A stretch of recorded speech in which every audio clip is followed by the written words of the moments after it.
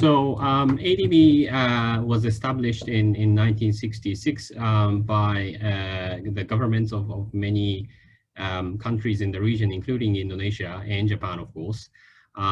We have over 3,000 staff now, and our rating, international rating by S&P and Fitch are AAA. This is quite important as a bank because it does have it influences the ability of the bank to fund at a stable base and competitive rates. We have offices in quite a big office in Jakarta, which I often sort of visit, at least before COVID. Now I can't, but I plan to be there once this is over. I'm now based in the Philippines, Manila, which is the headquarters of ADB. So there are two types of financing functions at ADB. One is the public sector side. They lend to governments or they lend to, sometimes SOEs, state-owned enterprise on a government guarantee basis. I'm from the private sector side. We lend on a project finance basis or sometimes corporate finance basis. Basically anything that does not benefit from sovereign guarantee on the debt itself.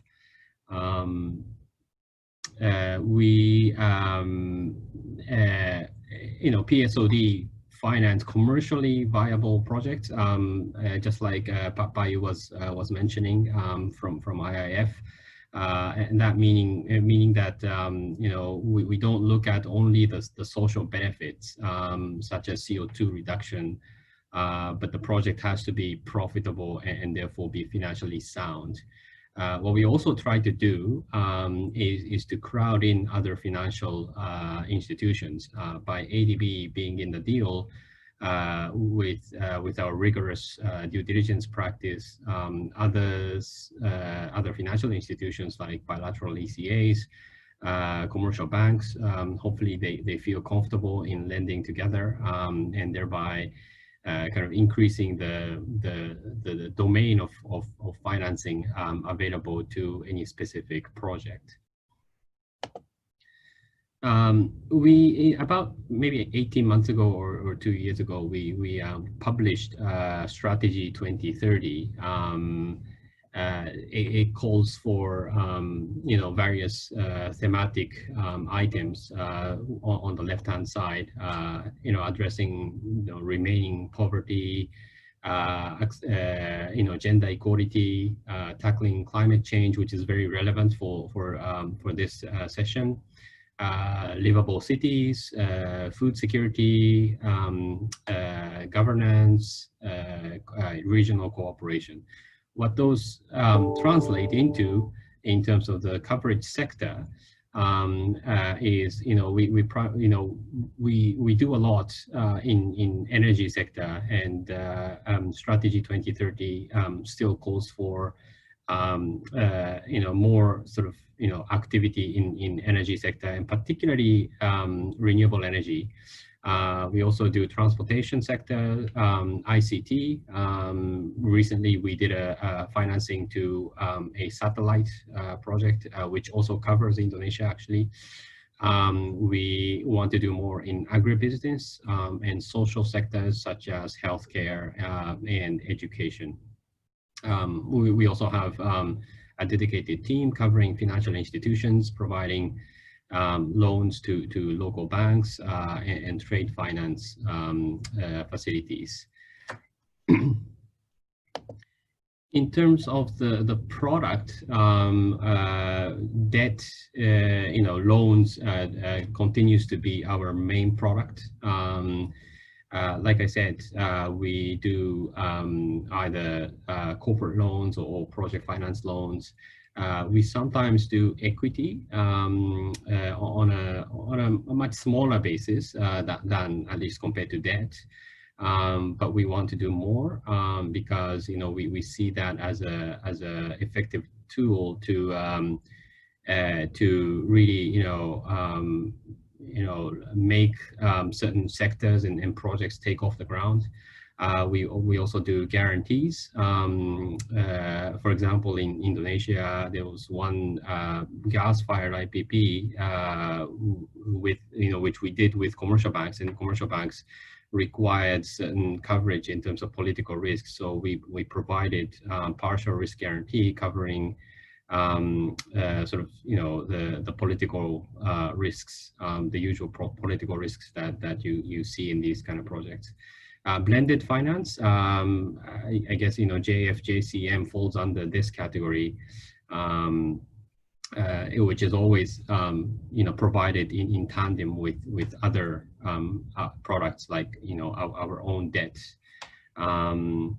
So what have we been doing in Indonesia? The black ones are gas-related projects. Tangguh on the far right-hand side is LNG gasification project. The other two black dots are gas power plants. These are state-of-the-art, high efficiencies, combined cycle, so cleaner, energy. But I guess it's less relevant for this session. What is more relevant in this session are the green ones.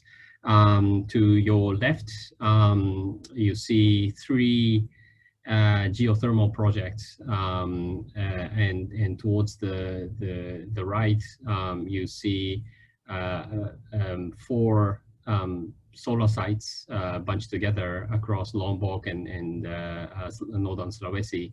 We also did 1 wind power in southern Sulawesi. In total around 600 megawatts in renewable energy, and the CO2 reduction effect from all these renewable energy project comes to around 2.5 million tons of CO2 per annum. So it's quite substantial. I'm sorry to say that none of these are JCM projects, mostly because by the time JFJCM was up and running, these projects already had applied for some other mechanisms like CDM, or have applied for other sort of concessional financing. So it's not JCM, but still, this gets you the idea of, what the types of project ADB has been financing. A couple of case studies. You can, since these materials will be available online, you'll sort of have time to read it later. But Sarula is really, it opened up the door for geothermal IPPs in Indonesia. I think it's by far the biggest greenfield geothermal project financed on a PF basis, project finance basis, in one go. It's also a good partnership between the Japanese companies and Indonesian companies, because the sponsors, Itochu and Kyushu Electric were one of the sponsors from Japan, and also Medco Power was a sponsor from Indonesia. It's a great project. The wind and solar projects that I mentioned, what was innovative about this was that each project is fairly small, and actually it may have been too small, for project financing if you look at it on one-to-one basis. But what we did was to sort of cluster them together to create economies of scale. We did both the wind and solar, we bunched them together, and we did the due diligence process in just like it's one project. And we negotiated the loan documents in one process. right at the last minute, we kind of separated the loan facilities into each project. So legally speaking, it's one sort of transaction per site.